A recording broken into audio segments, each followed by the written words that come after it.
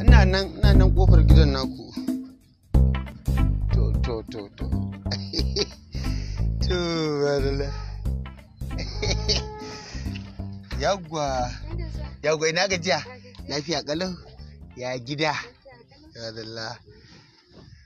Ina ta sauri in zo gurinki. Saboda shi sake gama ko guga ban yi ba saboda tsabar sauri. Nan na gidanku.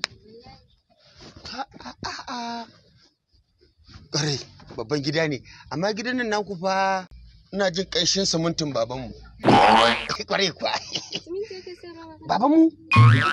Ke baki san babanmu ba a garin nan? Ai da sauranki. Ai babanmu din Najeriya nan ba wanda bai san babanmu Dangote babana ne ba. Dangote? To. Dangote ne babanka? Ƙwarai.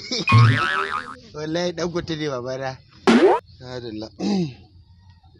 Ko in kira shi ku gaisa ne?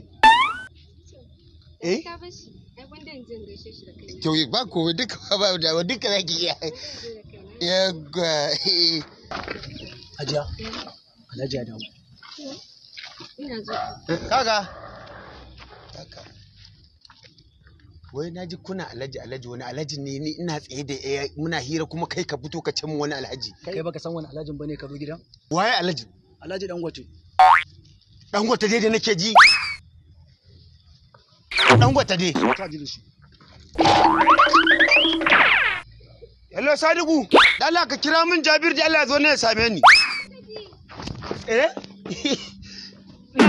Ina dawowa, ni na ce ina dawowa, ba zan dawo karki da mu. What? Ina dawowa ba, ai zan dawo ai.